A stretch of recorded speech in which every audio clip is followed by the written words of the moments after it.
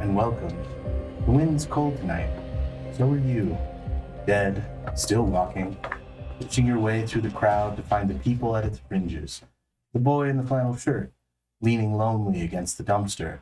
The woman with a laptop, waiting too late on the coffee shop porch. One of them's going home with you tonight. Just a question of who you're going to feel less guilty about. Welcome to Vampire, everybody. I take the lady in the coffee shop. We're the Mighty Misfit Menagerie, and this is going to be our transition session from Chronicles of Darkness to a vampire. Cast. She's about to do it. Sorry. Or blah. So this game is, this session is going to be mostly going over what makes vampires different, and then like talking about character conversion things. Please feel free to ask questions at any time as we go through it, and then like some just like housekeeping stuff of like what rules we're going to use, what rules we're going to keep, stuff like that. Is he, Yeah. But yeah, so we're gonna go over that, just like the setting changes, because so we're mainly we're not gonna go back and like explain how attributes work or anything like that. We're just gonna be talking about that vampire template and stuff like that, and then Vampire Society in Tucson, which you guys have already kind of seen some of in the previous season. Mm-hmm. That being said, just some housekeeping stuff. Don't worry about the Panopticon or the animal people, or do you remember anything from that session, because you don't. So don't worry about any of that stuff. You're only worried about your character as a vampire, not your character in that session and then as a vampire, just like what your life looks like if at some point your character was turned into a vampire. Now, how early that happened, you could have a completely different story. Like, as an example, Mordecai, if you were turned in the turn of your career, you probably didn't have your daughters. Yeah. like, normal trajectory, like the height of your career, you got right about there. So that's kind of like the stuff we'll be going over. Again, we will be doing one-on-one sessions. They will not be filmed this time because I want the audience and each other to, I want you guys to have stuff that's just for you. That being said, just general themes for Vampire.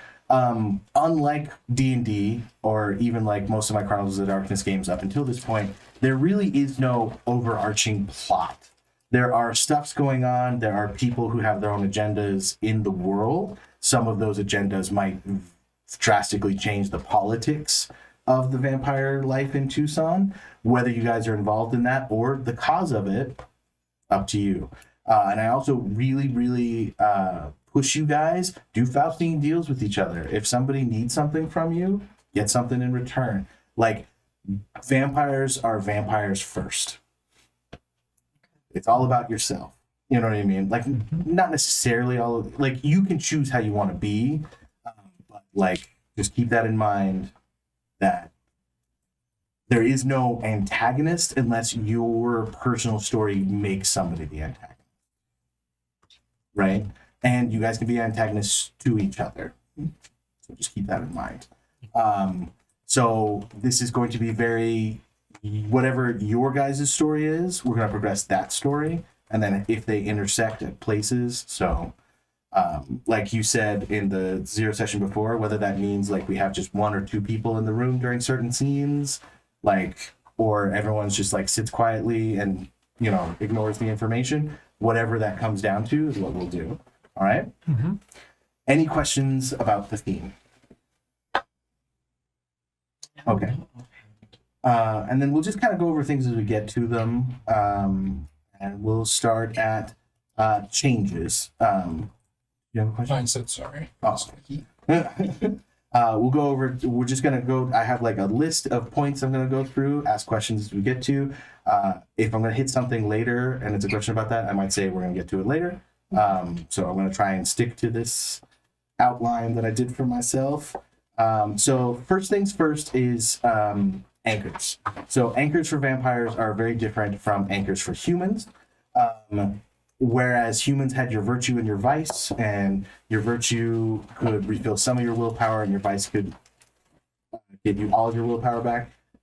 You have what's now called your mask and your dirge. And both of them can be used. So like small things. I'll just go through. Stick to your things. Don't. So the mask is the bearing the kindred meaning vampire, present to the world. It's the facade, the pretty lie. It's the excuse for why he can't stay for breakfast in the morning. It's the reason she gives the cab driver for dropping her off near her abandoned warehouse at odd hours of the night. It's his excuse for barely touching his dinner.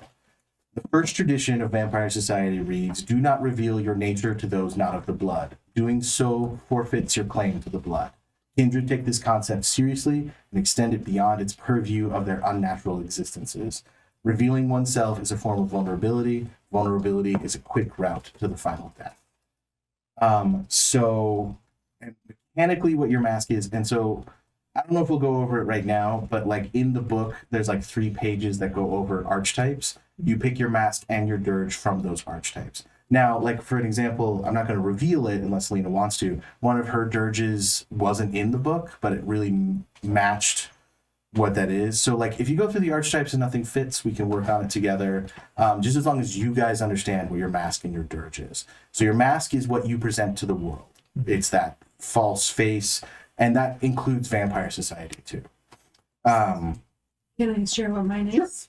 Okay, so for mask, I've picked courtesan.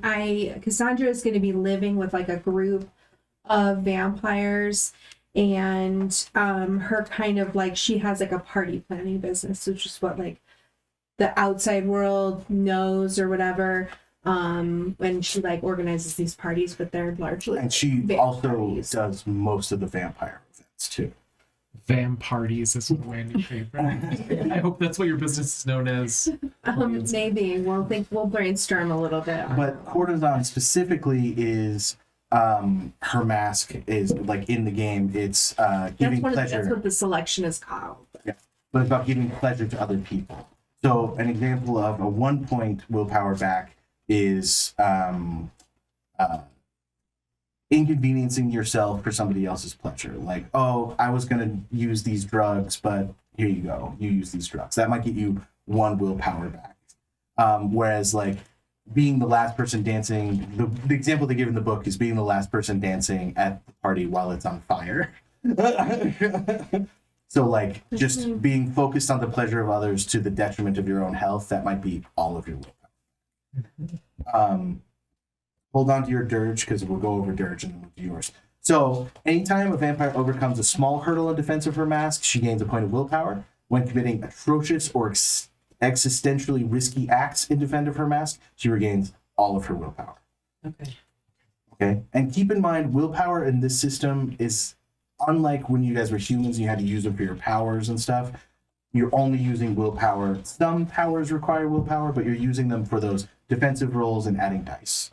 So like it's a little not less important, but you don't have to worry about, well, I won't have anything for my powers. Your dirge. Dirge is the truth behind the lies. It's the vampire's secret self. It's who he is when the lights are off and nobody is present to witness his dirtiest moments. It's his dark indulgence. It's the self-loathing she will never admit. It's his desire for an end. It's her need for companionship. A dirge gives the kindred a sense of identity. After all, her very existence is a lie. In the Dance Macabre, which is kind of what they call vampire society, it's called the Dance Macabre.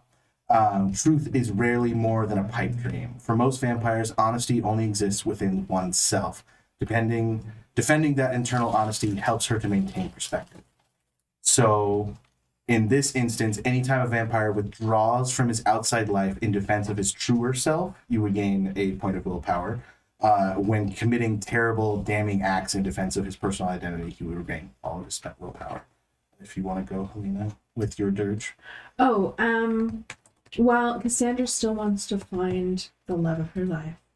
So in her heart of hearts, she is a romantic. Which is crazy for vampires. She wants to turn someone too. Mm-hmm. She wants that to be like, just I find the right human, and then he's gonna become a vampire. He's gonna be mine forever. Which is illegal. You're not supposed to, but we can get special permissions for true love. So clearly. And then the third facet of your anchors, besides your mask and your dirge, are what are called touchstones. Everyone starts the game with one touchstone. A touchstone is something that reminds you that you're human. So it could be somebody from your life before you returned. It could be a place, like we kind of talked about, like going to the movies could be a touchstone for you. Like a particular theater that you always went to in your youth, going there, it just smelling the popcorn, maybe ordering popcorn but not eating it. You know what I mean? Like something that reminds you that you're human. Now, mechanically, what your touchstones does is on your vampire character sheet, where it says humanity, there's lines for your touchstones. At your 6th dot, you'll write in whatever your touchstone is. Okay. You can spend merits to have additional touchstones, but as you lose humanity, if you lose the dot that the touchstone is attached to, you lose that touchstone. It means that you've sank so far into your vampireness that you can no longer relate to that touchstone any longer. You can regain it by buying your humanity back up and then in-game making an effort to reestablish. Like, if it is, your touchstone is your ex-wife, like maybe, you know, like you get so depraved that you fall into yourself and you lose that connection for a time, but then you make an effort to like go and see her and blah, blah, blah. So do we need to have, you said we only have one touchstone, we don't have to fill up all of them up to 6? No, you just have one at 6. Okay. And then, like, as you buy more touchstones, they go at different places. So, like, if you have 4, there's, like, different levels that they go at and stuff like that. And everyone starts play at 7 humanity. So, like, you can lose a humanity before you have to worry about your first touchstone. Mechanically, what touchstones do in the game, where we had breaking points before, we have now what are called detachment rolls. I'm going to go over humanity more later, but humanity is basically keeping yourself human. The less humanity you have, the less human you are. So killing people is still a problem because it reminds you that you're not human. Like, killing somebody to eat them is a detachment. Eating isn't necessarily, but like we'll get into it. But if you have a touchstone, you get a +2 to those detachment rolls, right? Just having a touchstone that you haven't lost, blah, blah, blah. Having multiple touchstones gives you a +3, and if you have no touchstones, you have a -2. So if you have no touchstones, it's much easier to fall into that depravity. Makes sense. If you defend a touchstone within the story, because you cannot buy that merit to protect your touchstones, because other vampires like can kill your touchstone, and you can lose it that way as well. And if you lose a touchstone, you have a month to replace it with something else. But if you defend your touchstone within the plot, you automatically gain a willpower back. If you lose your last touchstone, you immediately lose a dot of humanity, and then you have 1 month to replace the touchstone, and then you take the languid condition, which basically makes it really hard to stay awake. Taking a new touchstone requires you to buy the touchstone merit if you've lost them and you didn't replace them within that month. And replacing a lost touchstone also requires you to buy up your humanity to whatever level you have touchstones at. So if you're at 5 and you lost that 6, you would have to buy it back up to 6, and you can reestablish that. Okay. And again, that's something I don't plan on killing your guys' touchstones left and right, but just be careful who you trust, because the other players could kill your touchstones. Because keep in mind, that's like the kind of game we're playing. Like, if Coulter insults you at a party, you might find out who his touchstone is and go kill it. So this is definitely going to be more adversarial. Not necessarily. Like, you guys might have similar. I want you guys to all have your goals in your mind. Like, what do you want out of your dance macabre? And if that's opposed by one of the other persons, they're in your way. So I'm just saying, don't feel the need to be buddy best friends in this game. All right. So now we're getting into new stuff. So we have what's called blood potency. The easiest way to think of blood potency is it's your level of vampire, right? Everyone starts out at blood potency 1. That means that you have what blood potency affects is the number of vitae that you have, which is your blood pool, like your max pool, how much you can spend in a turn, and then other factors like how vulnerable to light you are, how vulnerable to fire you are. The stronger you are blood potency wise, the weaker you become to those things. And like blood, and it also determines what you can feed on. So when you're low blood potency, you can survive off of animals. As you get higher, you have to eat humans. As you get higher, you have to eat other vampires. Oh, wow. You don't have to kill them, right? But you can just feed off of other vampires, which we'll get into some systems later, which is very dangerous. But you can also buy merits to where like you can feed off of changelings or werewolves or something as if they were vampires. So there's ways around it, but I don't think any of you are going to be super high blood potency, so I wouldn't worry about that. You start at 1. You can spend 5 merit dots to increase your blood potency by 1 at character creation. What that indicates is either when you were turned by a particularly powerful vampire, or you're just kind of like, just for some reason the blood is stronger in you, or you ate another vampire in your past. So those are all things to consider. During play, you can increase your blood potency with 5 experience points. You can eat another vampire, and there's a whole system for that. And when I mean eat another vampire, drain them to the point where you consume their soul. Oh, dear. Exciting. So that's a way. And then every 50 years, you automatically go up by 1. So the longer, that's why I reduced you guys down to 30 years. So like you guys are all starting vampires. Potentially, we could have a game that lasts like 20 years. Because like it depends on how active everyone is in the story, you know what I mean? Like, because there could be months where you're sleeping. But anyway, that's how you increase your blood potency. And like I said, it affects a lot of things in the game. So like there's tables. Like when you go to like, how does sunlight affect you? It's based on your humanity and your blood potency. So We that's can't that. go in the sun. So like at low blood potency, you can survive in the sun for like 10 minutes. Oh wow. The real problem is, and we'll go over this later, the real problem is being awake during the day. It takes a lot of effort to just be awake during the day. Okay, so immortality and injury. You guys are corpses, right? So when you get injured, you injure like a corpse. Your injuries do not look like a living injury. You don't bruise, you know what I mean? So like, I don't have a concept for that, but the book says you wound like a corpse. So like, you don't necessarily like bleed the same way. And it's something that like, if you were stabbed by somebody and a human sees it, they're gonna be like, that's not a normal stab. You know, unless you do with the blush of life, which we'll go over later.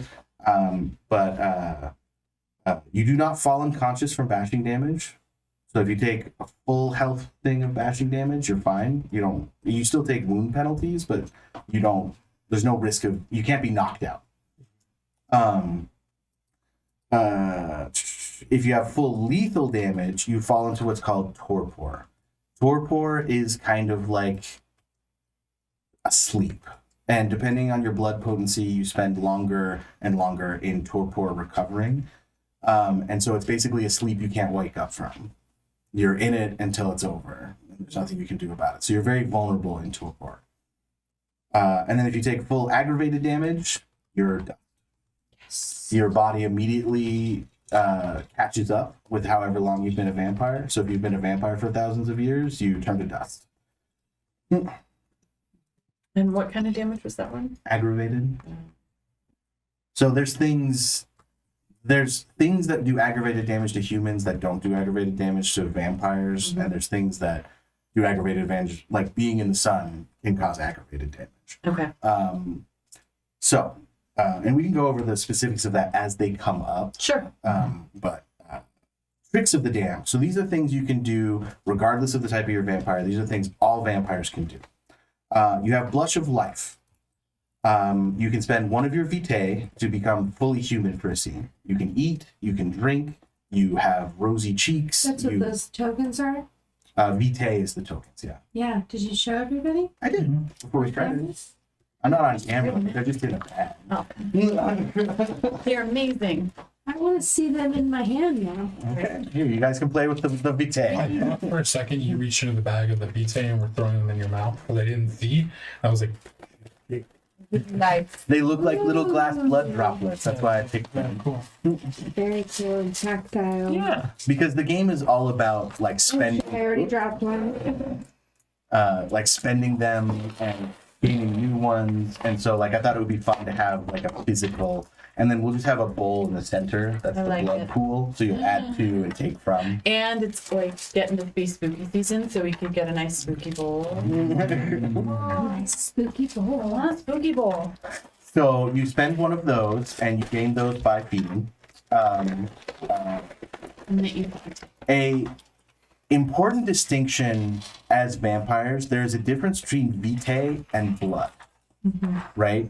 So at any given time, your body, how many pints of blood in a human body? Oh, I just, yeah, it's just amazing. It's like you're the doctor. Doctor. However much 10.5. as a vampire you have, That's what I would have thought. So- According to medical news today. so as a vampire you have that much blood inside of you, right? Now, the magic or energy that's infusing that blood, that is the vitae. So when you're spending your vitae, you're not spending a pint of blood, right? You're spending the animating force. Lena, you mind? She's so excited. You're spending the animating force that's keeping you alive within your blood. Okay. So you can spend one vitae to appear completely human for a scene, right? So you breathe normal, you bleed normal, you can eat food, you can drink well, I think you can drink wine and stuff all the time. It doesn't necessarily say. If you eat food, you get violently ill and like vomit it up unless you've done Blush of Life. We need it for fucking too. Yes. Also, to be sexually viable, you need to gain Flush of Life. There is a merit you can take where your Flush of Life lasts for 24 hours. So if you're the kind of person who's trying to lead a normal life, that would be a very good merit to take. But that's the Blush of Life. All vampires can do that. So if you're going to be in a well-lit room, you probably should use your Blush of Life. Or some makeup, either or. Senses. Vampires can see in the dark. You only take a -2 penalty in full, complete, utter darkness. You can sense even, what did they say? ID blood. In blood. When I wrote that. But anyway, so you like if there's dried blood, old. I meant old. I forgot the O. You can smell old blood. If you enter into a room and somebody like died on a carpet and there's like little flakes of dried blood on it, you can smell that as a vampire. You can sense a heartbeat up to 3 meters per blood potency. You can smell blood up to 10 meters per dot of blood potency, and you can buy other things like there's a vampire power called Auspex, which you multiply that distance by your Auspex dots. So if you're the type of vampire who has the Auspex discipline, like you can smell blood from really far away. I'm a shark. Yeah, you multiply this range by your dots and Auspex. If you've tasted a human before, you may add your blood potency to any rolls to track them. Oh. So anyone you've ever fed from, yeah, it just says fed from. I'll have to double check that if there's like a limit on that, but you can track them pretty easily if you fed from them. You may spend 1 vitae at any time to add +2 to any strength, dex, or stamina roll for the turn. So that's not for the scene, that's just that one roll essentially. So if you're punching somebody, you can say I spend a vitae, I add +2 to my strength to punch them harder, grapple checks, anything like that. All vampires can do that.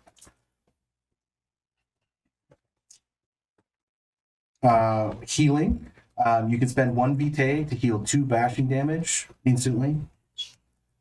You can spend 1 vitae to heal 1 lethal damage instantly. And again, when you have higher levels of blood potency, you can spend multiple vitae per turn. So you can get up there to where you can like heal 3 lethal damage in Okay. 3 seconds. And that doesn't mean, so like when you're healing, it doesn't necessarily mean that the wound disappears. It just stops affecting you. Okay. So then how do you end up truly healing? You have to sleep. Okay. You So- heal when you sleep. When you sleep every day, when Yeah. you sleep every day, you are reset to whatever you were when you got turned. Okay. Your Interesting. hair grows back to where it was. Your nails grow back to where they were. You can spend a willpower to purposely stop that from happening. So a lot of vampires will shave their head, stop the hair from growing back as they sleep, and then wear wigs, so they don't have to worry about having the same hairstyle at all times. Or like if say you're low on blood and you have to go to sleep, you can spend a willpower so you have blood to wake up, because you have to spend a vitae to wake up every morning. Oh. So if you have so when you're sleeping, your body will automatically spend your vitae to heal you. So if you only have 1 vitae when you go to sleep, you're like, well, I gotta wake up tomorrow, so no healing until I can get some blood in me. Interesting. Okay. And when the sun rises, you're going to sleep. Like you can try and resist it, but you can resist it for like literally minutes.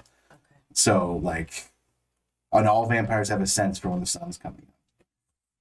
Anyway, that's off topic. And then 5 vitae and a day of sleep for 1 aggravated. Aggravated damage does take a while and a lot of blood to heal, and all aggravated damage leaves scars. All the rest of this doesn't leave scars. Aggravated damage always leaves scars. Sleep. Any questions so far? Okay. Sorry if this is really boring for the people at home and you guys. It's just a lot of information. No. And opposed to sending you guys home with homework to read this whole chapter of this textbook, I thought we would just go over it together. Perfect. So you have all vampires have what are called a predatory aura. So vampires can sense each other. So unless you're using some kind of power to hide your vampireness, when you walk into a room, you know who the vampires are instantly. You can flare your predatory aura, and there are 3 predators. There's 3 beasts in every vampire, but you can flare it, forcing a confrontation with another vampire or human. Vampires can resist with a willpower. Humans have no resistance. So they just make a dice roll and blah, blah, blah.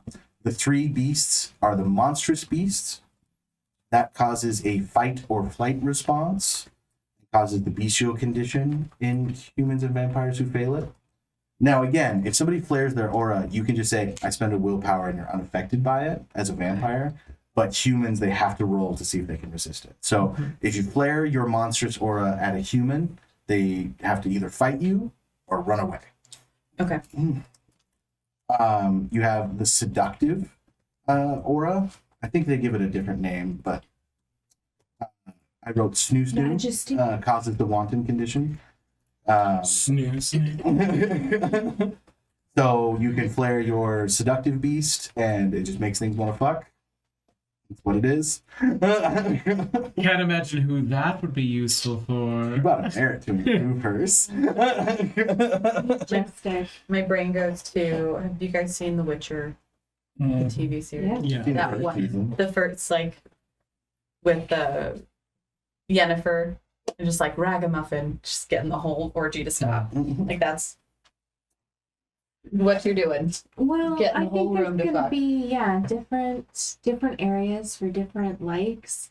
I'm gonna be sensitive to everybody's need for stimulation. I feel like your character right now is a mix between Cassandra and Naya. That's what I Yeah, said. yeah. I love it. I'm He down. was like, you basically got an escort service. And I'm like, well, it's a service where I have girls. I bring the girls and the party. I'm like, yeah, I guess it's an escort kind of business. I like it. It'll be fun. I cannot hear Yennefer without thinking of Yennefer and the Giants. Yeah. The 3rd beast is the competitive beast.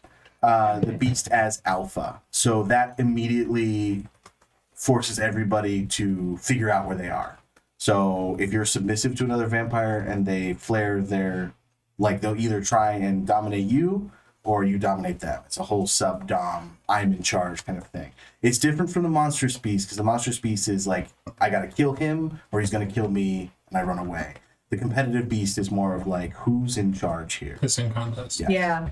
Yeah. And so that's the competitive beast. Cool. Oh, it is called the seductive beast. There you go. I got it right. Whoop whoop.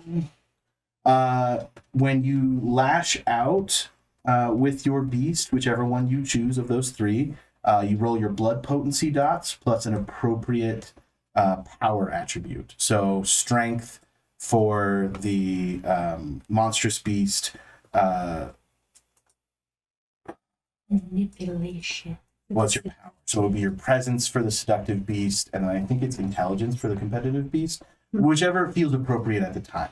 It was your blood potency plus your power attribute. That's how you lash out with your beast. And then it's resisted in a similar sense. Anyway, so mortals they don't have blood potency, so they would only do their power attributes to resist. And then again, like vampires, they can just turn it off. Willpower. Like a light switch. Mm-hmm. Now, you might have like a vampire power that like circumvents that. Like, there's always exceptions to these rules, but these are just the general. Okay, so we're gonna go over the embrace briefly. It is one of the 3 laws to not turn people into vampires, but if you want to turn somebody into a vampire, you must spend a point of humanity to do so. You must completely drain them of their blood and then feed them your own blood, and it is never an accident. So you can feed somebody your blood, and unless you are purposely trying to turn them, they will never turn. So even if you have a ghoul that you like give blood to every night, and then at one point you're like, I'm gonna kill you, and you kill him, unless you choose to activate that blood, like he won't turn into a vampire. There are exceptions to that rule, but they're incredibly rare, and they're usually killed pretty quickly. They're called revenants, and it's a whole big thing. Because they have no true sire, so they're not true vampires, because they just have so many vampires' blood in their system that when they die, the whole big thing. It's very rare. Okay, so we're gonna go over feeding now. This is how you get your num-nums. No. There are 2 types of feeding. There's feeding violently, where you have to grapple somebody, and then once you establish the grapple, you may make a bite maneuver, and when you bite them, how much damage you do is how much blood you get. Now, a point on feeding. If you feed from a human, they take a lethal damage for every vitae you gain from them, right? So if you take too much, they could die.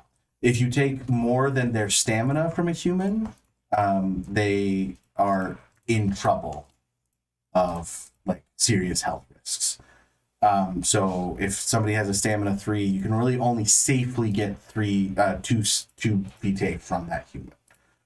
Okay. So light snacking throughout the evening is what I'm hearing. and it also is a pint of blood when you drain it from them. So like keep that in mind too. 10% of their blood. Well, for every vitae. Oh my god. So if you take 2 or 3, that's like, Yeah, I mean, It's certainly. bad. it's like, isn't that what you donate? Like, you could just say you went to the I think a Red Cross. pint is what you donate a max. Yeah. And so whenever you feed violently, the human gains the scarred condition.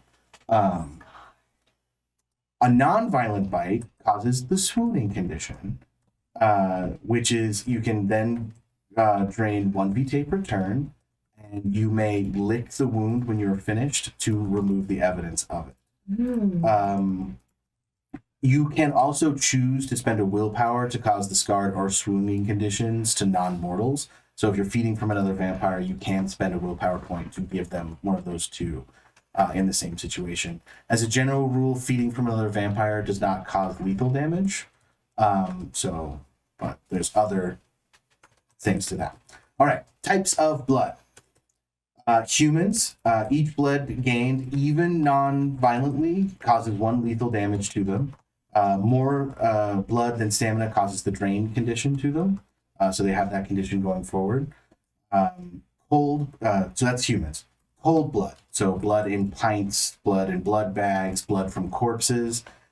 Each blood gain, you must consume pints of cold blood equal to your blood potency times 2 for every 1 vitae. So if you're a blood potency 1, you need to drink 2 pints of cold blood to gain 1 vitae.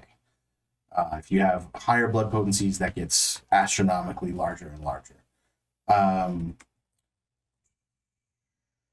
Drinking from other vampires is addictive, can cause a blood bond, and causes no damage. We'll go over those things as we go, but like that's where you're at as far as those are the dangers of feeding from other vampires.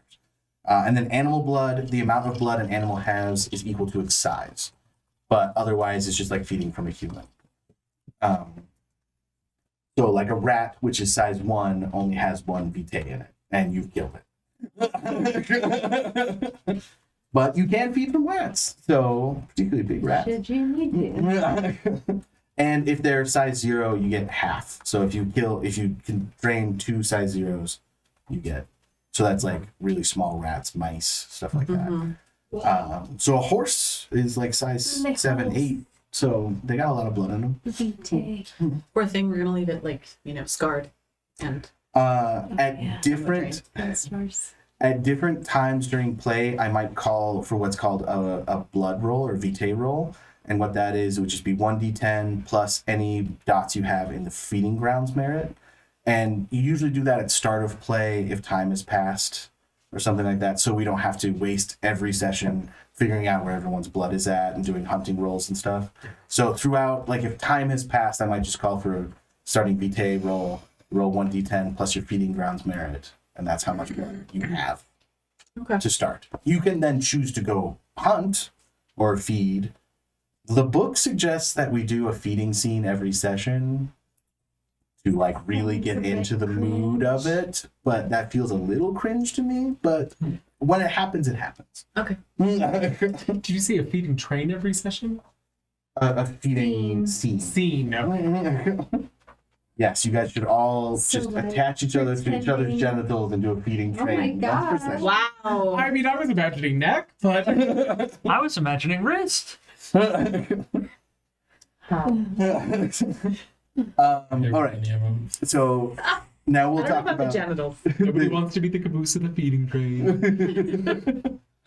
We'll talk about day sleep and waking. You can resist sleep with stamina plus resolve. This gives you the lethargic condition. Like I said, there's so many conditions. Waking. So if you need to suddenly wake up during the day, it requires a humanity roll. Success allows you to stay awake for humanity number of turns. So 3 seconds per dot in humanity that you have. Seconds? Good God. Things were You get to stay Wait. awake for seconds. Say that again. So you get your humanity dots in turns, and every turn is 3 seconds. So if you have to wake suddenly during the day, you Oh, make got it, this got it, roll, got it. and however many successes, that's how many. No. If you get 1 success, you get that many turns.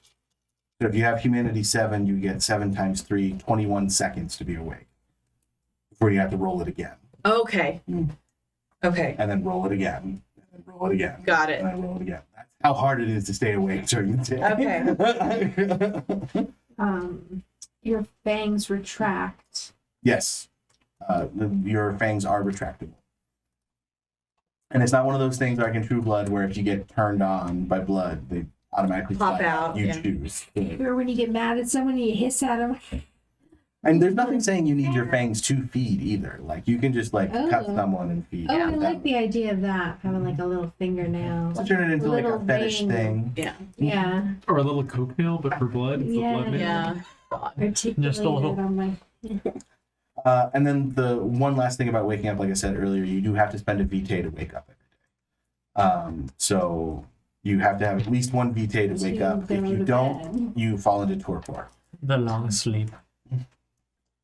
So the parties are going to be essential, I think, for regaining vitae for Yeah. everyone. Oh, for sure.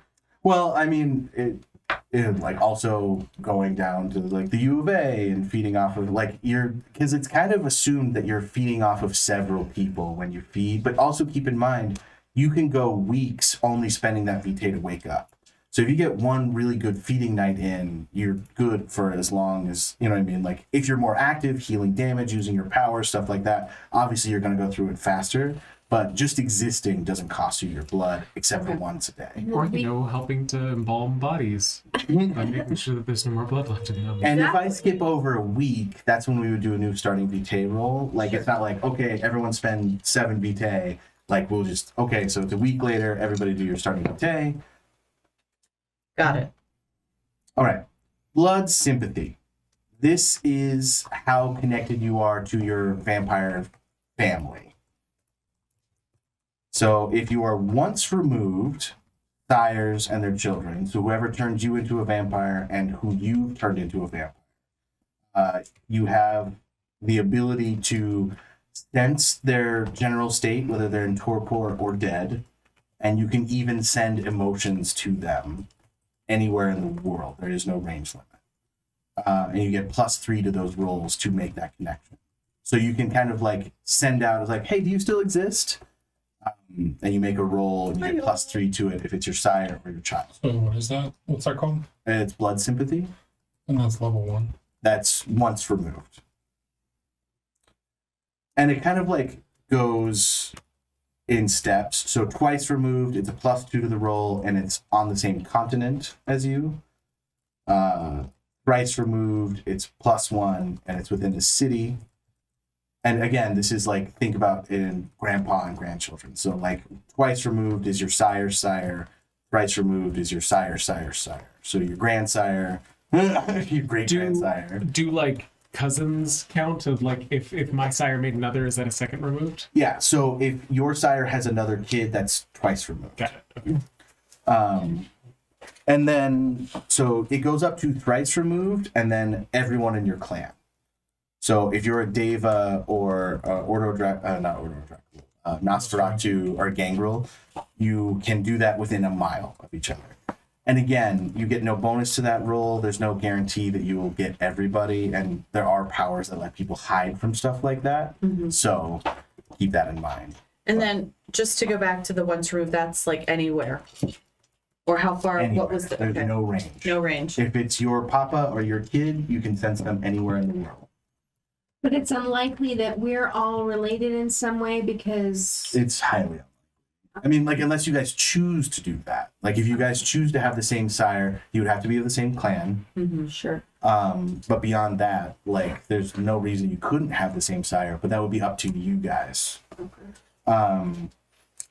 You may convey your status to your relatives by spending a willpower. You sense all torpor and final death automatically within range. So if they fall into torpor or they get killed, you sense it automatically if they are within range.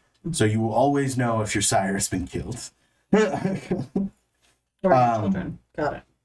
And then you can detect the sympathy of others using a wits plus blood potency plus your sympathy modifier to that individual.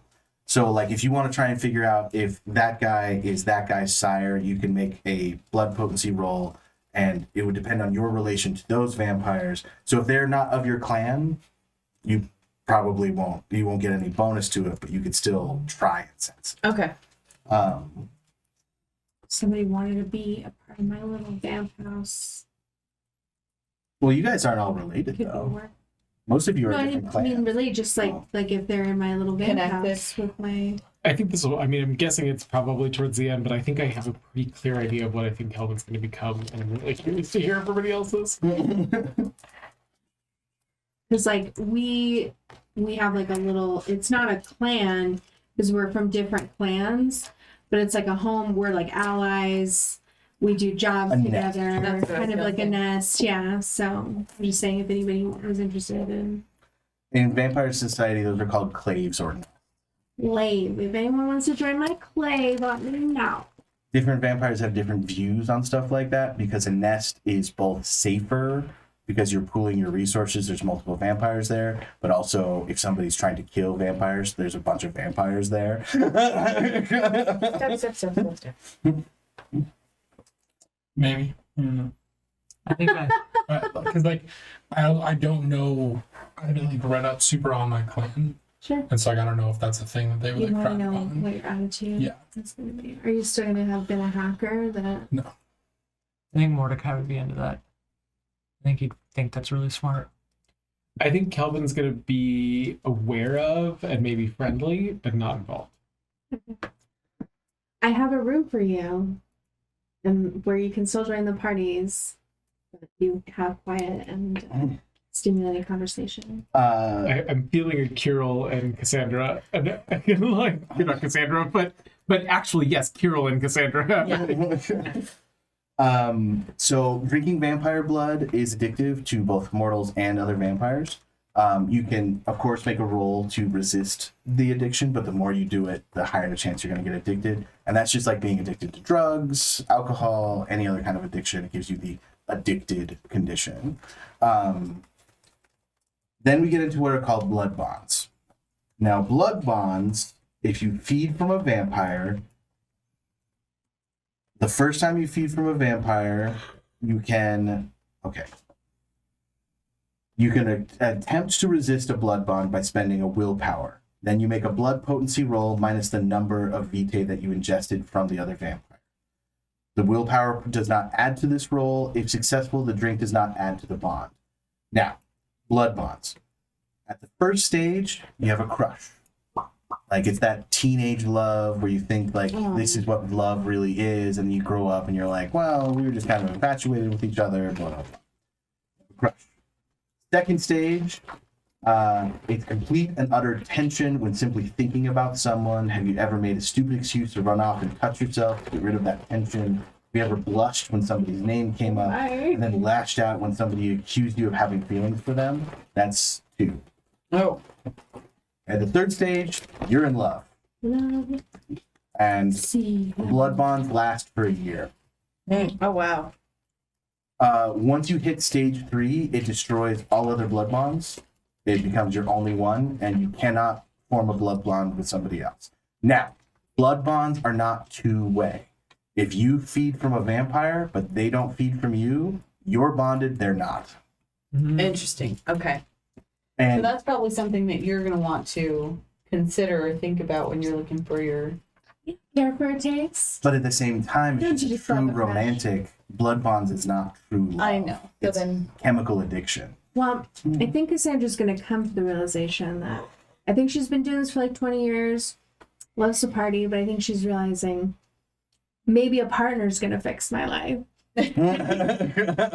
Wouldn't it be romantic if it was a human and I turned him? Now, I think I'm going to be a little deranged about it. I love it. So. 2 vampires who have blood bonded to the 3rd level with each other, it's called the Great Perversion.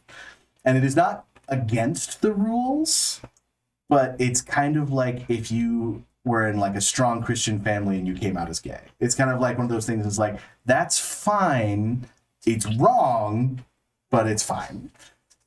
Because you both drugged each other into loving each other. But some vampires do it to protect themselves from being bonded to others. Like if you're 2 stages in with somebody you don't like, and you have like a best friend who's like, I want to protect you, you might blood bond completely to break that other less healthy connection. Now, keep in mind, you can smell blood like crazy. So if somebody puts blood in your wine, you're going to know.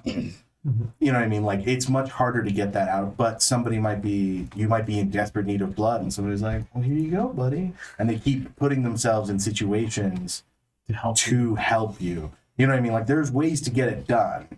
But so some people enter into strong blood bonds just to protect themselves from other vampires. Some do it out of a false sense of romanticism or love. We love each other. It's also kind of like drinking each other's piss to hydrate yourself. Ew. You know what I mean? Because, like, yes, you can trade blood back and forth, but one is losing and the other one's gaining, kind of thing.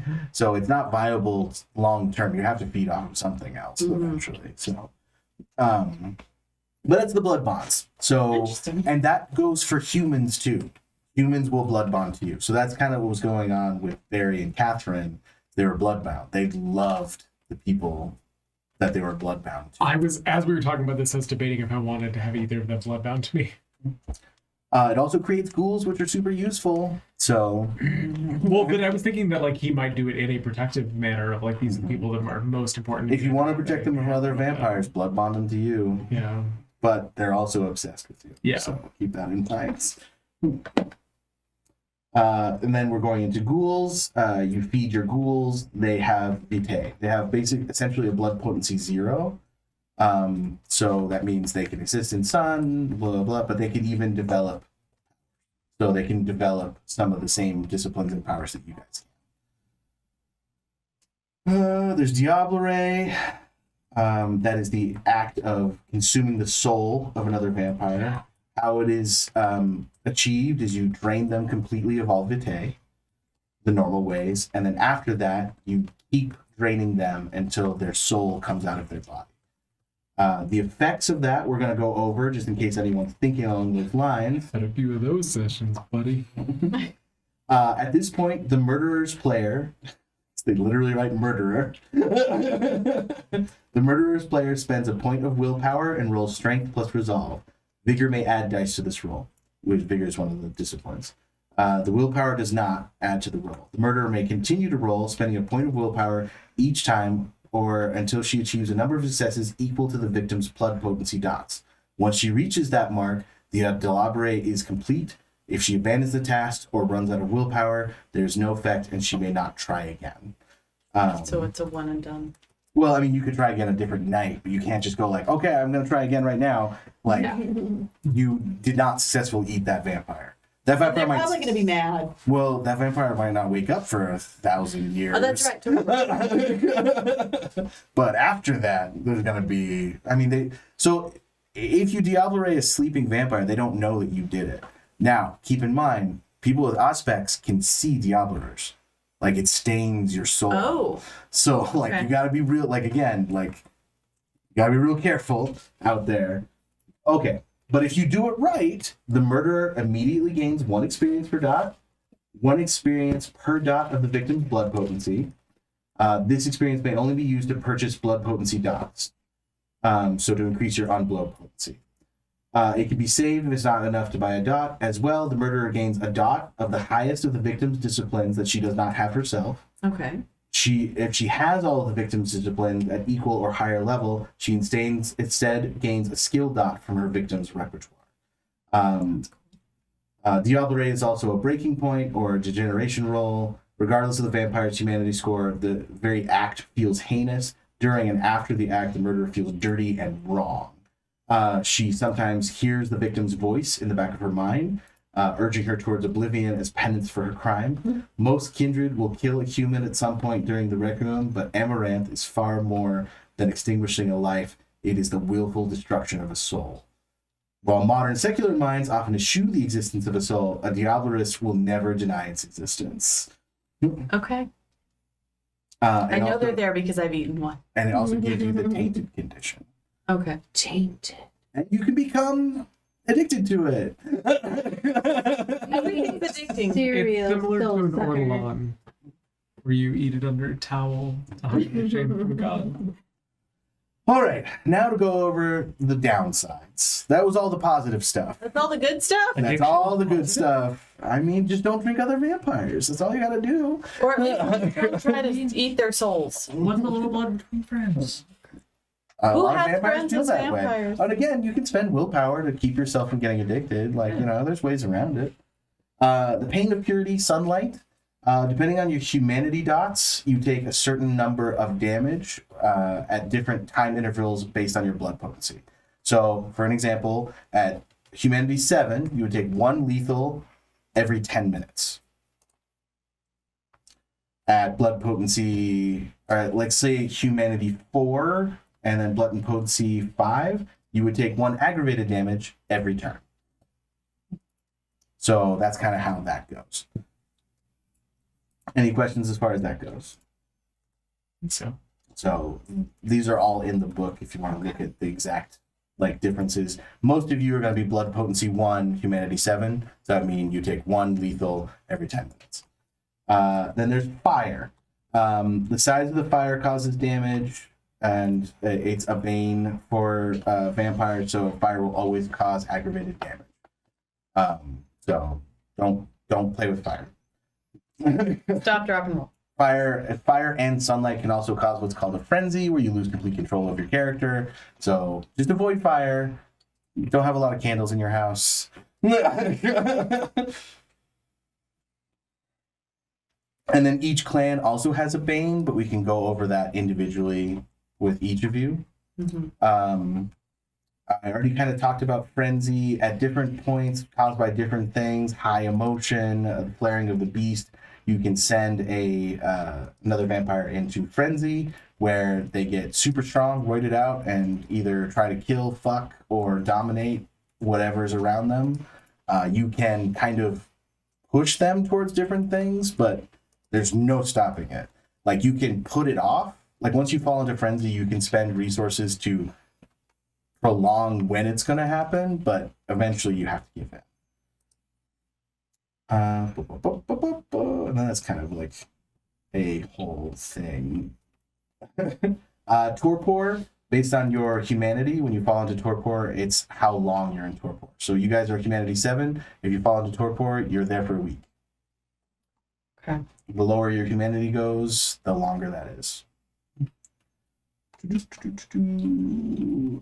Speaking of humanity, this is something that if you're taking notes, you might want to note page 107 is where the humanity scale is, because it's kind of long and there's a lot of parts to it. But the general gist of it is, instead of having morality, you don't really care about stealing, you don't really care about cheating on your partner, anything like that. You worry, like, your morality as a vampire is how human you are. So at higher humanity, things like going a night without talking to a normal human could be a degeneration point. Lying in the defense of the Masquerade. So, like, even telling somebody that vampires don't exist could cause you to lose humanity at humanity 10, which is the max. Spending more than 1 blood in a night. So, like, once you wake up, if you spend any more blood, that makes you feel unhuman, then you drop. You guys are all at humanity 7. So things you have to watch out for the humanity 7 is 1 week without human contact, surviving. And human contact could be fucking them. It could be talking to them. It could be having a conversation on the bus. Like, it doesn't have to be meaningful, but it has to be contact. Surviving something that would hospitalize a human, getting hit by a bus, that's a humanity loss. Injuring someone over blood would be a loss. And then you go down from there, and the sins underneath where you are also sins where you're at. So, for example, at humanity 3, 1 month active without a human contact would be a degeneration for them. Reaching blood potency 6, so like death of a mortal, stuff like that. So, like, killing people will cause humanity loss, but you do get rolls. So at humanity 7, when you make a humanity roll, you have 4 dice, plus 2 if you have an active touchstone, plus 3 if you have multiple active touchstones. So you're looking at a dice pool of like between 4 and 7. And if you get a single success, you're good. Okay. Now, what vampires can do specifically is, when committing an action that causes detachment, you can immediately take a bane. Now, a bane means that you get some of those classic movie vampire things. It could be that you always smell of grave soil. It could be that crosses suddenly burn you. It could be the touch of a human is uncomfortable. Like, these are your banes. Like, it's a vampire quirk that you get. The benefit is you never have to roll for that sin again. So if you have to roll because you killed a human to get blood, you can say, I take a bane, and then you never have to roll for that again. But those banes stay with you. And you can only have 3. Once you have 3, you're done. And each one gives you a -1 to future humanity. So there's it's a risk reward kind of system. So, like, if you're like, I'm gonna be killing a lot of people to eat, you might take a bane for that, and then, like, okay, I can kill people, I don't have to worry about that ever again. That's not part of my humanity. I like killing people. That's kind of like what it represents. It's like, I like to kill people. That doesn't make me feel like a vampire. So you take a vampire thing. And there's a whole list of them. There's some really interesting one. Your character is confused at crossroads. Your character is confused when he knowingly passes through a crossroad. For the remainder of the scene, all his dice pulls are capped by his humanity dots. Because you're like, I just walked over a crossroad. I have no idea what's going on. I like the invitation. Your character cannot enter a private dwelling uninvited. So kind of going off of that trope. Yeah. So like you can take a vampire weakness to forever be free of that degeneration. Okay. And like I said, it doesn't hurt to like either put in your notes the sample breaking points, because it's kind of the same. Like it's on you if an action you're taking would make your character feel less human. Sure. Like there's obvious ones in the book, but like just kind of keep that in mind too, that like if you're the kind of like if you kill people in life, killing people might not necessarily be a problem. You know what I mean? So like that's something we can discuss. Like if I say that would be a generation rule, you can convince me that it wouldn't be for your character. You know what I mean? Because killing somebody to eat them is a lot different than killing somebody for money. So like that's kind of like the difference there. Any questions about humanity? Right now, no. No. During play, Right. Probably. Yeah. Yeah. And then after this, we get into like merits and like those vampire society stuff and everything like that. So we can go over that stuff and we can take a quick break since culture's gone anyway. Quick break. Let's take a quick break. Verb. All right. So we got vampire. What is different? yes. The afterlife and you 101 kind of stuff. So now we're going to go into Tucson specifically and vampire society. The most important things in all vampire society are the three traditions. Tradition 1 is the Masquerade. Humans cannot find out about vampires. If your actions lead to a leak in the Masquerade, you could be killed. The second one Diablo Raid. is Diablo, which is don't eat other vampires. If you eat another vampire, you could be killed. And then the third one is Siredom. Don't make other vampires. If you make other vampires without permission, you could be killed, and the vampire you created could be killed. Ooh, too bad for them. Besides those three laws, everything else is a case-by-case basis and rarely leads to the final death. Those three, you're probably going to get killed. So those are the three traditions that all vampires follow. All right. So Tucson specifically. Tucson is kind of split into two camps.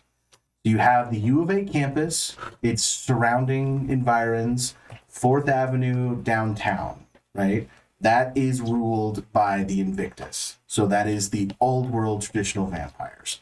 So they have a prince, right? He calls himself the Prince of Tucson, but like he has very little power outside of that feeding grounds. If you are feeding in those feeding grounds without the prince's permission, he could take issue with that. So if you're not part of that group of vampires, like you could be a problem. The rest of Tucson is kind of a loose amalgamation of the Carthian movement. And we'll go into who these people are.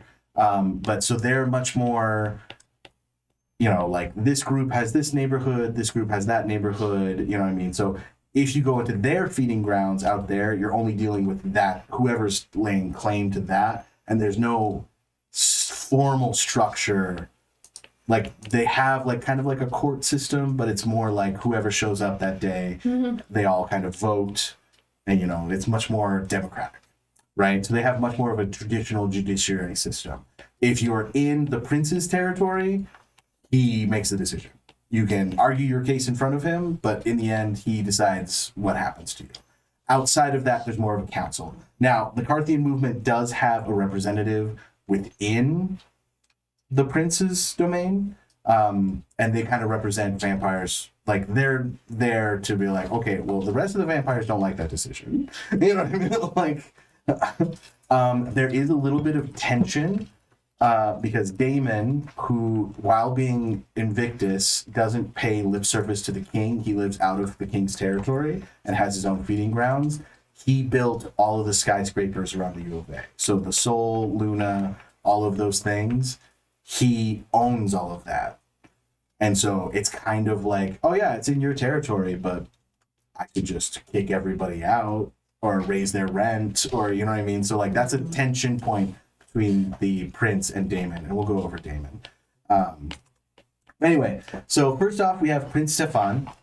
He is a Deva, and he is the head of the Invictus within Tucson. The Invictus is a vampire covenant, and all vampire covenants are kind of like international. So like there's different levels, blah, blah, blah. The Invictus, there as a covenant, they are concerned with protecting the Masquerade. So they are the vampires' kind of like governing body / judiciary system. So if you fuck up and do something wrong, the Invictus is there. They also hold, most princes are in the Invictus. So if you steal power from the Invictus, they're probably going to come and try and steal it back from you with a new vampire. They like to be in control. They're the old power, So they kind of represent the old world traditional form of power, whereas the Carthian movement's kind of this new world, kind of rebellious power. But that's Prince Stefan. His sire is Dahlia, and he's an Ancile. So there's 3 types of vampires. You have neonate, which means you're under 50 years old. There's Ancile, which means you're under 150. And then there's Elder, which means you're 150 plus. Is it Dahlia or Delia? I'm sorry. Dahlia. Dahlia. Speaking of Dahlia, Dahlia is called Dahlia, and those... One more time. Prince Stefan is what? He is a Deva. He is the head of the Invictus within Tucson. Okay. His sire is Dahlia, and his known ghouls are Barry, but that might change.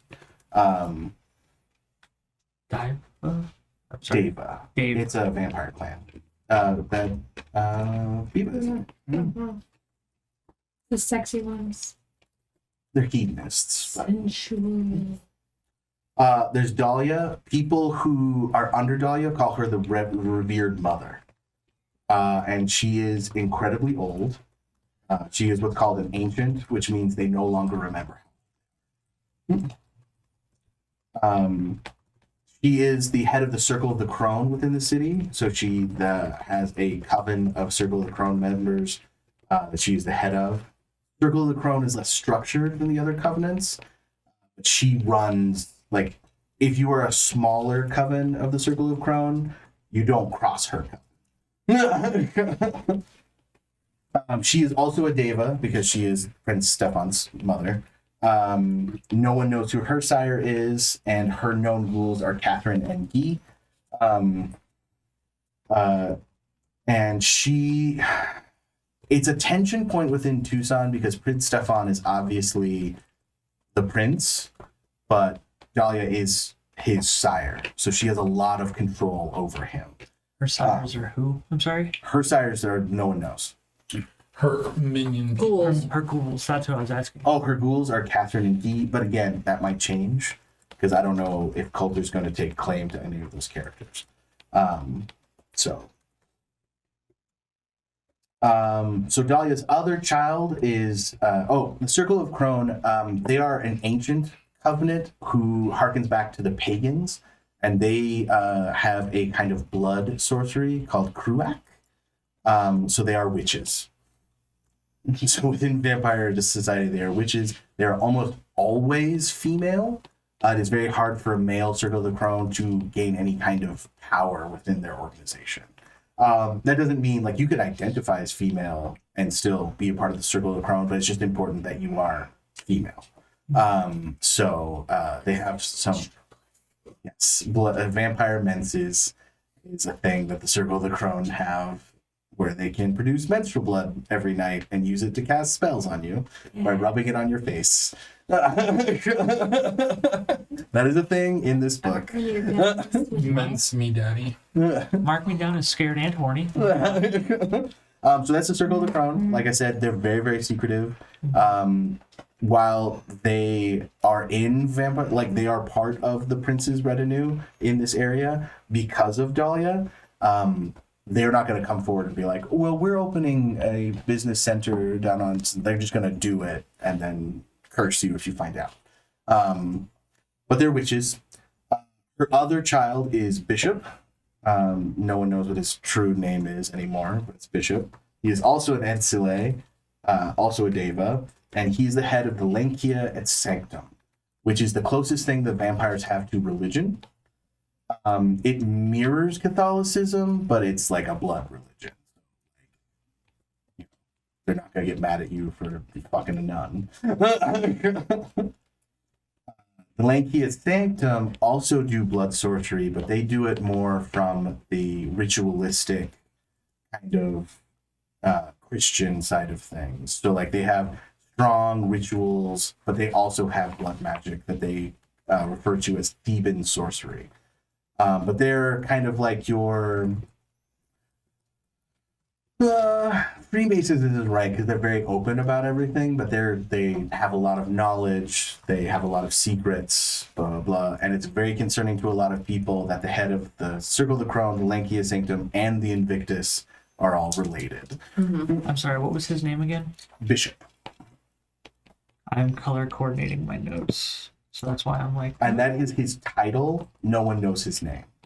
He is the Bishop of Tucson, Okay, and part of what? the Lenkia et Sanctum. I don't even know how to spell that. LANCEA space ET space SANCTUM.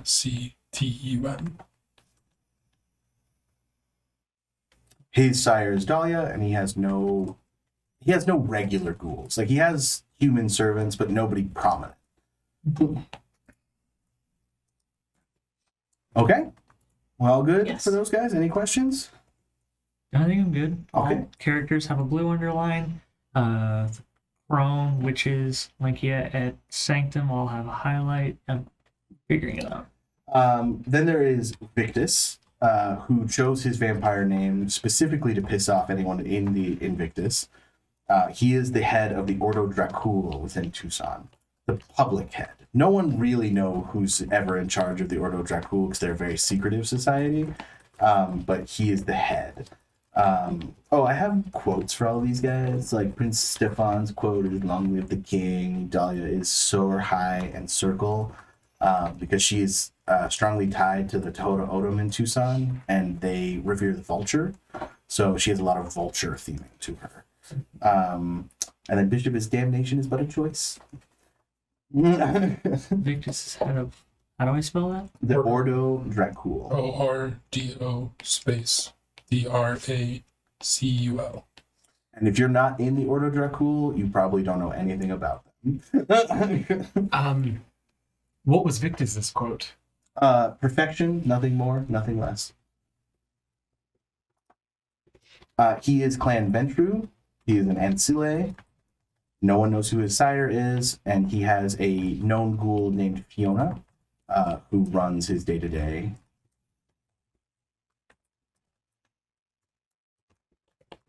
And some people suspect that Fiona's actually a vampire. But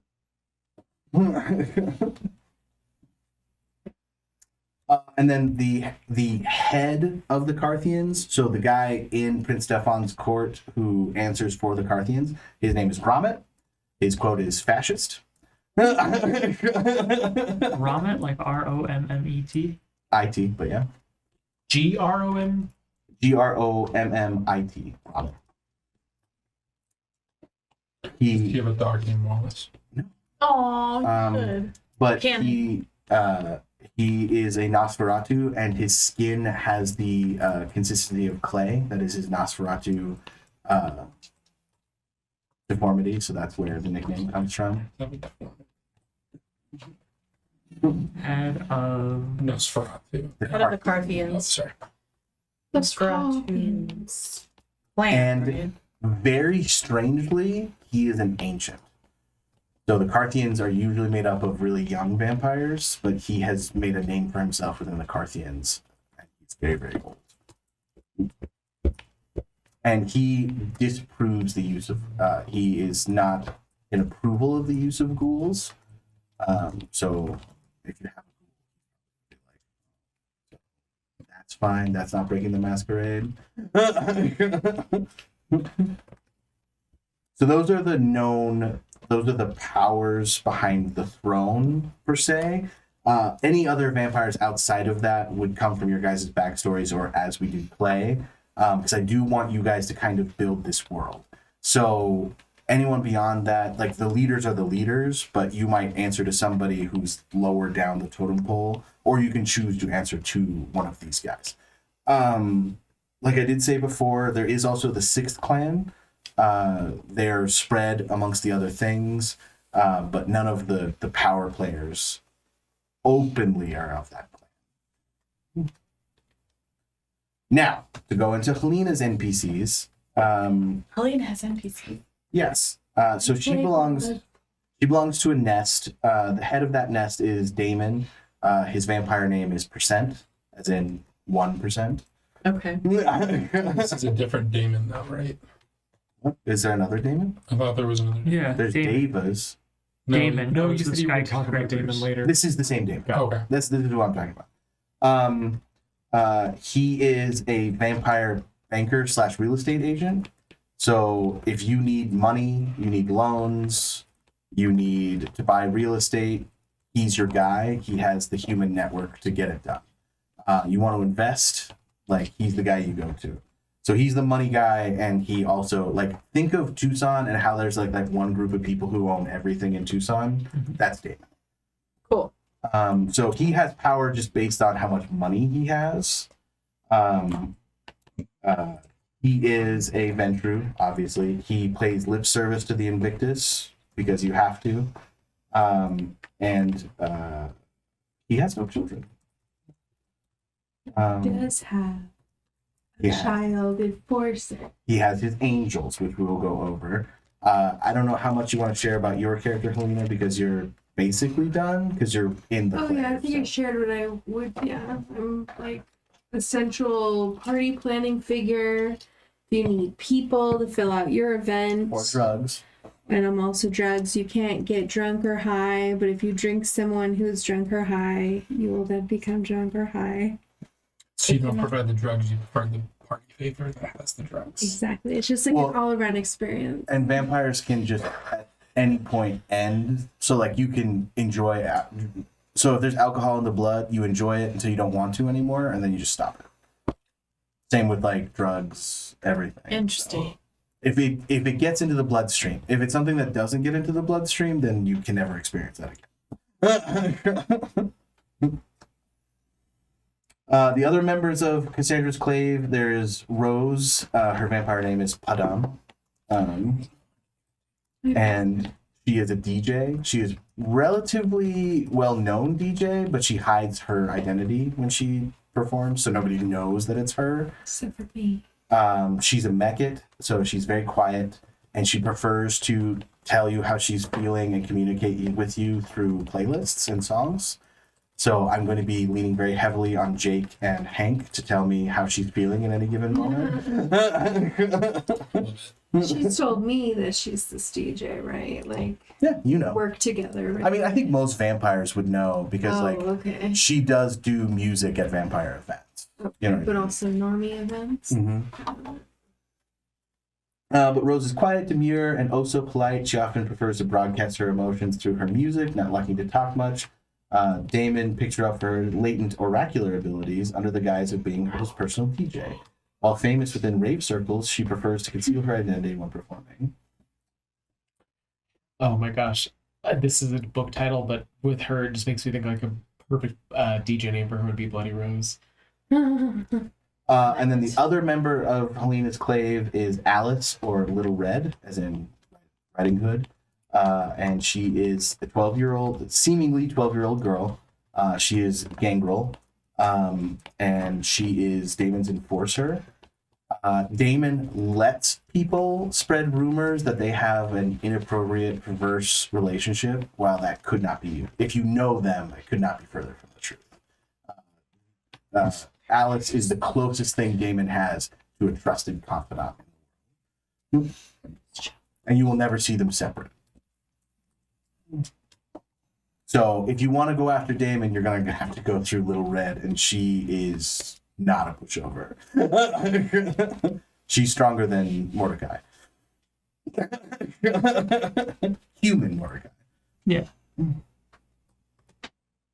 All right, so that's kind of the cast of characters we have for now. You guys all know Barry, Catherine, and Guy. We didn't meet Fiona. As far as, so there are very few mages in Tucson.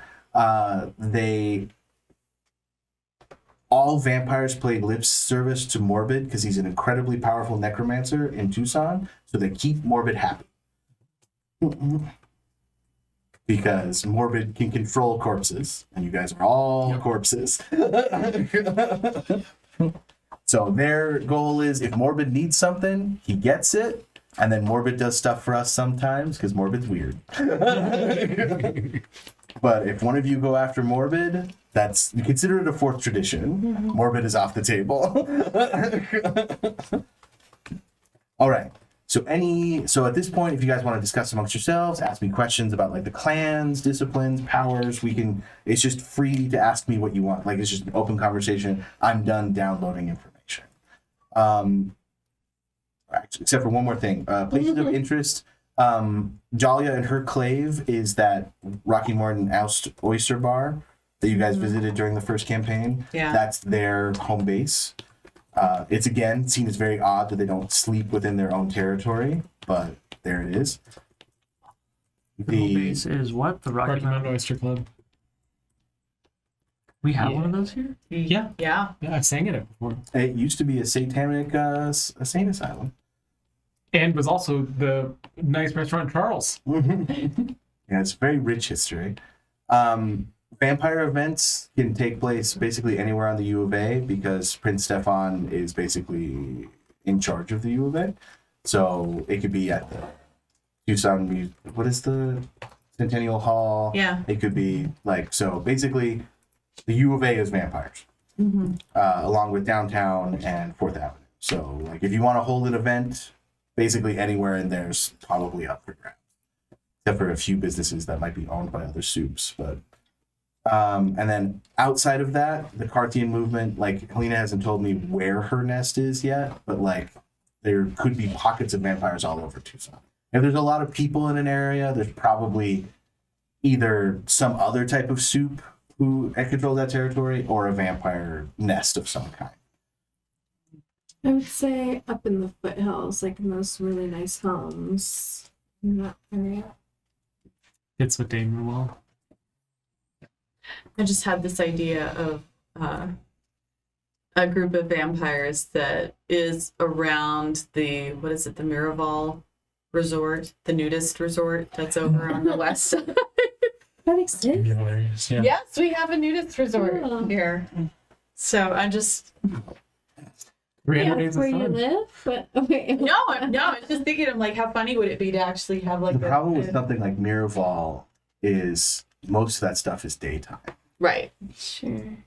So that's probably changelings or, you know what I mean? Okay. That's probably a different type of soup because it's mostly daytime. Fair.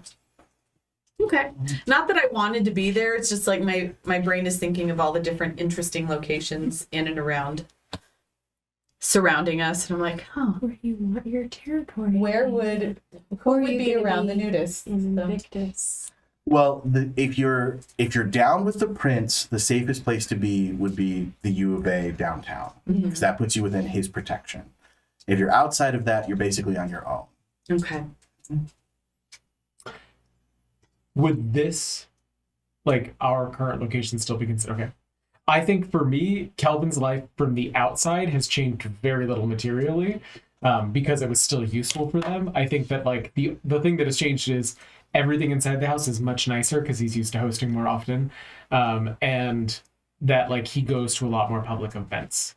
He does a lot more community outreach things as long as they're at night. Where do you sleep in this very, very light-ridden house? The closet right there. The attic. Oh, the attic. Yeah. Is it pitch black up there? Yeah. You have an actual attic? It runs the Check whole all length of the the house. Yeah, but The only thing I would be careful with the foothills is all the fires. Okay. Just saying, like that's something to consider as a vampire. Like your house burning down is a huge problem for a vampire.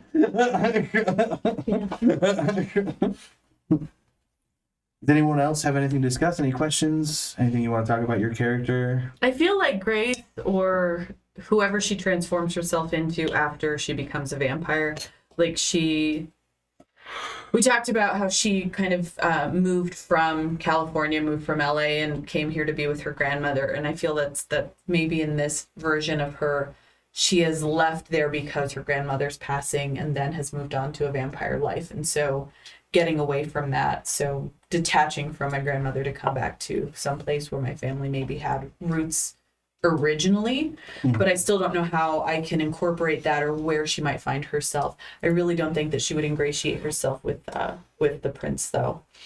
So you can also, like, covenants are completely optional. Like you can be covenantless very easily and still be within the protection of the prince. okay. Does that make sense? Like you don't have to be in the Invictus to have the prince protect you. You just have to be in his territory and show up when he calls. Okay. But like if you're just kind of like a neonate vampire who's going about their business and not causing trouble, there's very little that the prince is gonna call you on. Sure. I think I'm definitely part of the Invictus. That makes sense for you. Yeah, I think it honestly just like it just amped up a lot of his social stuff. Like it's like a lot of his normal day-to-day stayed the same, but like he's still a perfectionist, still was at work all night, but now he just made sure he kept the night shift and made that one of his eccentricities and kept going from there. But I think that very like because have you guys decided how everybody got turned? I'm sorry, I'm like jumping into my own for too much. No, I'm still looking into that I or think I thinking about figured it. it So Yeah. I think probably just on a job because Cassandra still was like an assassin, and she still does that occasionally as a vampire. Like she just keeps all kind of like options Keeps yourself open. busy. But I'd say probably on one of the jobs that like went wrong. I got turned into a vampire. And keep in mind that might be something that you have to keep real close to your chest. Because if you were turned without the permission of a prince, you have a cover story that checks out. You know what I mean? Because if you don't have a cover story that checks out, you could still be killed if your sire is still alive. Now, there's a lot more leeway with that. You know what I mean? Like, so a lot of princes will be like, that's fine. Like, you don't know where your sire is, that's fine. You know what I mean? So. And I don't know if mine, I was thinking that I had my backstory put together and I was thinking that he knows about it, but I don't know if it's like. So in the one that we discussed, Yeah. it would make sense in that instance for your sire to be killed, and they might give you an exception. That's kind of what I'm thinking happened. My thought with Calvin was, and stop me if any of this is too much information. Okay. It's up to you. Like I said, you guys are each other's antagonists. Okay. So we can figure out later if you guys' characters know this or we just. So Calvin's one of his inciting incidents was that he accidentally killed a patient through like misdosing medication, and it was like very much not his fault IRL, but he's never forgiven himself from it. So he became a coroner so that he can never hurt anybody again. So I'm kind of thinking the same thing happened, but instead of killing the patient with it, the patient turned him and then died. And then he just now has to figure that out. So then became a coroner still to not hurt anybody on the medical side. So you were a medical doctor. He in both stories, Calvin has his MD. Like Okay. he went through med school, went through residency, did the whole nine. But then in the other story, he got too nervous and that made him become a coroner. Here he got turned and that made him become a coroner. That makes sense. So Mordecai in this story, I think, never met his wife and then never had kids. And so I think Mordecai is like a womanizer, kind of an asshole, and very full of very like respect women and kids. He tells someone, I'm going to beat the fuck out of you, but then does it. Yeah. But he spends a lot of his food on boners. Boners. Boners. Well, that's why it's good that you can like Such eat a and weird spend at the word. same time. Yeah. Like, full of respect, but also a complete asshole, I'm thinking. So I'm wondering if Bonerhead. Dr. Connors ever worked on Mordecai before you became a vampire. Well, I mean, how long do people feel like they've been vampires too? That's another consideration. I'm 10 thinking. years. Again, in the 20-year range. And that's, I was going to say the same thing. Do you think you would have been someone we could have called in if we had like an emergency with one of our humans? And that was kind of a question that I was going to have for you, is what exactly Stefan would want me to be doing as that role, because I think that like a lot of the reason he kept the role is serving Invictus. If you have a medical degree, if you're Invictus, so Stefan, you work on people. Like if they need like surgery done or a ghoul gets shot or something, that's you, buddy. You know what I mean? Like, and you're in trouble if they die. My guess, because I don't want to get too stuck in it, is, or at least my request would be that is like a matter of like, I might need Catherine then, because I wasn't gonna take either of them, but I was like, I might need like a doctor that he can, yeah. Or like a doctor. I mean, obviously a nurse can do a lot of what a doctor can do, but like I might need Catherine to send in my stead. And also keep in mind, like Vitae has incredible healing properties. So like you're a doctor, but also it's kind of your job to like keep the ghouls alive. So there's probably a lot of ghouls out there with a little bit of Kelvin in them. So then my loose idea was like enforcer. So I think that would work. So are you also thinking Invictus? I think so. I think So you that want makes to work for the sense. prince?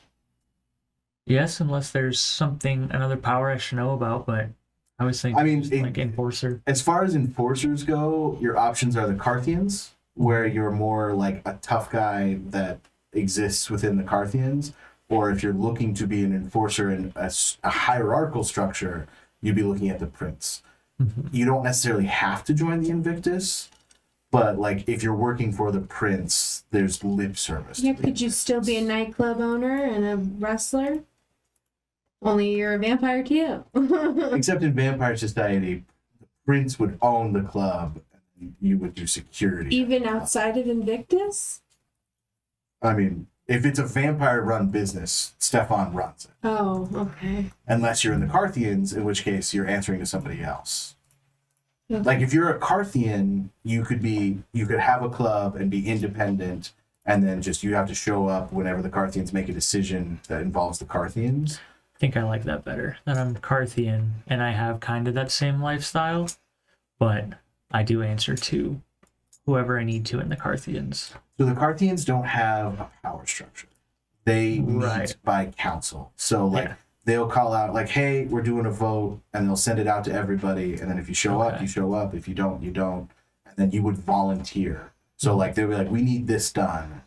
And we would like it if you did it, but we understand if you need to say no or you have another obligation. Like they're very democratic. Okay. So yes, Carthian, but in a rather active member, I would say then. Okay.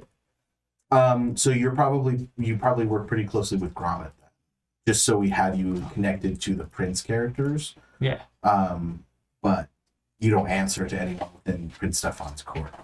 You don't really answer to anybody. Unless you decide to be a part of a nest like Helena, in which case Helena allows Damon to tell her what to do. Yeah, and can we say like we also have a presence at these Carthian meetings? as If you well? choose like, to, if it's yeah. like a community, we would be active in that. Well, And I mean, I would like to be respectful with the prince. Like, I would like to have a good working relationship with Damon, everybody. even being in the Invictus, is kind of like runs between the two. Does that make sense? Oh, he's Invictus. Oh, yeah. Okay. He is Invictus, right? But he's Invictus for the same reason that like a doctor plays golf. Connections, Okay. you know what I mean? Like keeping friendly with everybody. Sure. So Damon would definitely go to Carthian events because they need real estate too. You know what I mean? Like they need loans, they need money. So he's kind of like a third power within the city. So then I probably have worked with Damon a lot. You could go work for Damon. He typically thinks that he thinks any job that's worth doing should be done by a beautiful woman, but if you're talented. Um, How do you look in a two-piece? Right. I mean, okay. Could I would probably need a ghoul that's in some sort of law enforcement. Law enforcement? Yeah, so that I can keep tabs on what's going on and keep tabs on. Well, so like, Are they on me? if we do the same situation as before, we'd have to move your bar 'cause it's a little closer to the prince's territory for you to be running a business without his say so. Yeah. We would need to move your club, and maybe the fight night part wouldn't be necessary unless you wanted to keep that. But basically, you would have people who work for you who don't know you're a vampire, and then your security probably are your ghouls. Yeah. And they don't necessarily have to be ghouls, but they're like paid for their secrecy. They are paid for their protection. Yeah. You know what I mean? Like, so they would be like, they don't necessarily have to have, like, if you want to have one ghoul that's like named and like an NPC, I just don't want to like. No, I get you. And you would have to give all of those ghouls blood, which is a little bit much. Yeah. But so basically, what you do is you have one ghoul, and then he hires out the rest of the inner circle, and your ghoul knows what's what, and then he controls the rest of your day crew. Kind of situation. But you don't necessarily need to be involved with law enforcement. But getting involved with law enforcement would step on the prince's toes. Would it?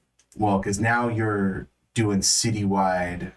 You know what I mean? Like if you're in with the TPD. Oh no, I just need to know like the person that patrols the block that my, you know what I mean? I don't But need to be- making a cop a ghoul would Okay. put you in. If that's too much, then that's too much. No, it's not that it's too much. I'm trying to give you all the information so you can make an informed decision. Making a ghoul out of a police officer would raise the prince's ire. Okay. Does that make sense? That does make sense. Having a private ghoul, no problem. That you pay, not connected to the city. Turning city officials, that looks like a power play to Okay. Stefan. So maybe you want to work towards that in our campaign. But it would be something you would keep to yourself. You know what I mean? Does that make Right. sense? Okay. Yeah. On the Get there. DL. Can I get a Papa sandwich? Ooh. Has anyone, I know Helena went Deva, has anyone thought of their clan? I'm still torn between Mekit and What was Venture? the authority one, like the Venture. Um, There's also the Hidden Six clan, which you can choose to be a hidden member of, or you could choose to be an open member of. Just keeping that out there. Nosferatu. That's for Ratu. Ventrue, I think, is me. Gangrel? Yeah. I'm thinking of Gangrel and then Circle of the Crone. Ooh, so you want to be Dahlia. It makes sense for what Grace's kind of backstory is, the way that her grandmother brought her up with like, yeah, we were, yeah, very very traditional and Mexican, but also like the brujeria, the the occult And the Circle of undertones the of it. Crone in Tucson specifically are very tied to the Odoms. Mm-hmm. So like that's, if you're looking to be traditional native Tucsonan, the Circle of the Crone is kind of the place to be. Right. So as I'm reading through it, I'm like, oh, this Witchcraft. looks really really cool. Blood magic. Who doesn't want blood magic? Rub your menstrual blood on somebody's face and then curse them for eternity. like Circle of the Crones can like curse you, and every blood you take goes to them. Yes. They can just curse you to where every bit of Your vitae blood you is consume mine. goes to them, That's and cool. like you slowly starve You'll to death. So like it's one of those things where like yes, the Invictus run things, but Don't make me mad. If the Circle of Crone decides to fuck shit up. Shit is fucked up. Yeah. same with Linkia Sanctum though. You know what I mean? Like they have ways of making you talk. Well, and I just like the big picture. Vampires and other covenants hide their monstrous nature behind veneers of self-control or hellfire, religion, politeness, or ideological fire. But the vampires of the Circle of Crone are the howling beasts who roam in blood-stained packs. In other covenants, the dead try to hold fast to religion and ideology. The acolytes believe that you must change. It's like, no, the old ways are the good ways. So are you going to the blood sacrifice tonight? Absolutely. It should be fun. I think so. Although I hear there's only 3. You bringing media or? Tonight I have a Red Cross thing. Well, I mean, you can bring a few bags after. It's I fine. mean, you probably wouldn't be invited to a Circle of the Crone specific event, but It's okay, we're friends. It's the after party that he's going to. So does anyone frequent my nightclub? Do I know any of you guys? I mean, if it's a vampire-friendly business, like there's only so many of those. I'm sure. Yeah, Cross probably. paths. And if you have a big event space, she's probably. Oh, yeah, Sure, it's I've invited you to our parties and we've come to your club for events. So You're probably a preferred renter because I know what I'm getting into and I know I can trust. I am What's a lot going of fun, so. Or And a I- nice Bring working it. relationship. I've probably stitched up both of your people in the past, You've probably stitched Yeah. up several. and possibly you before turning. And probably me before turning. I wanted to get into that, but we'd have to talk years. I don't know if you would have stitched up his people Oh, because he's choosing to be Carthian. It's possible, but you would have paid for it. Does that make sense? Yeah. So maybe I've been loaned out to you by Stefan before. Mhm. Because I know Hank is going to be in the princedom because the Ordo Dracul is very invested in Prince Stefan. Circle of Crone is very invested in the princedom because they are the secret power behind the throne. Oh, so I have made myself a little free spirit. Helena and her crew kind of like float in between both. Okay. So Alienating my character before session 1. no, Just kidding. And I think that Calvin is just very friendly. So like I've helped Carthians before too, and And your it's within club, rules. and your club would be perfect for if you want to plan something against somebody else within the princedom, because it's neutral. You know what I mean? Like, so if you want to go and talk about like, well, I fucking hate the prince's new child and I want her fucking dead. Like, or if you just want to let loose without it like looking bad on you, leaving the princedom, your vampire business outside of the princedom. Yeah. So you're kind of like neutral territory, especially if you like make a point of enforcing neutrality. I probably would, yeah. That'd be best for business. But like if you have a reputation for like this is neutral territory, don't like if you hear something here and I find out that you heard it here, you're in fucking trouble. Mm-hmm. So Ventru, Nosferatu, Deva, Gangrel. Matt get her Ventru. So no one's going for Got some the connections. Forgotten about them. Yeah. You didn't mention them again. Just talked about it. Beforehand, when we were all looking. Yeah. And again, like if nobody's interested in that, perfectly fine. They still exist within the world, Sure. but you guys don't have to be a part of it. Or one of you might be lying to everyone else and has already approached me about secretly being one of those. The entire party are all. We're just really good at not talking to each other about our secret pact. I have a John Le Carre book back there. Great Does anyone- Minecraft stuff?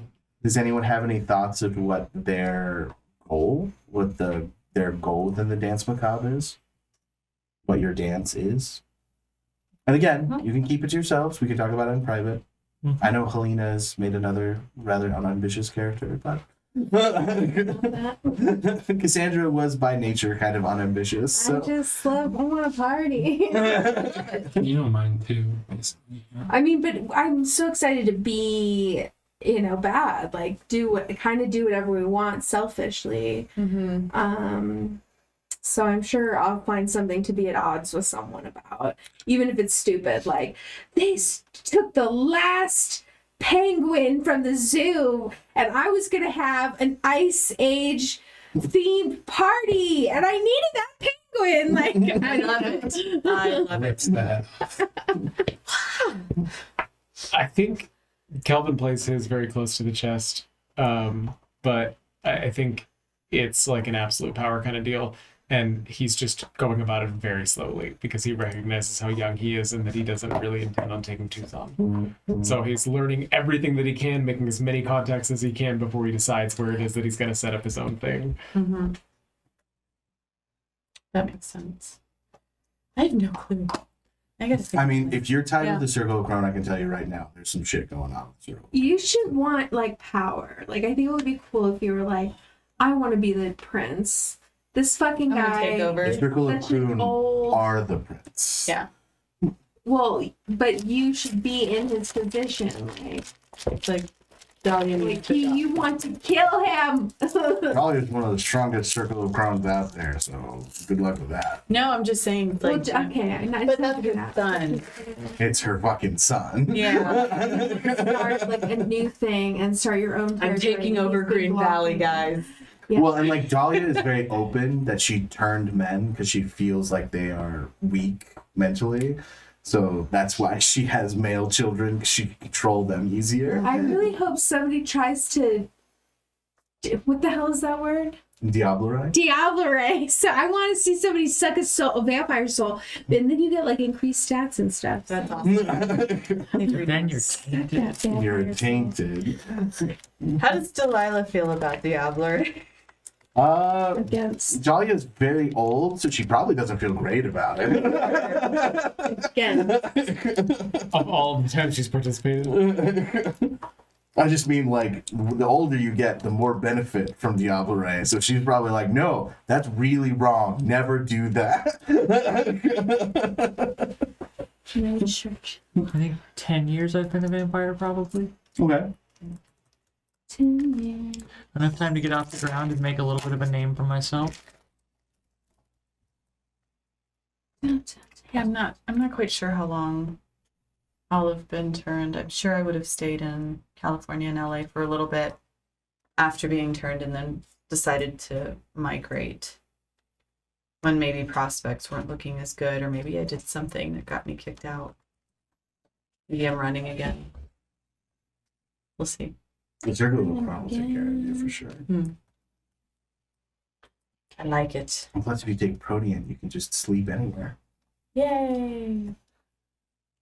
I'm going for 12 to 15 years because it happened roughly the same point in his life. So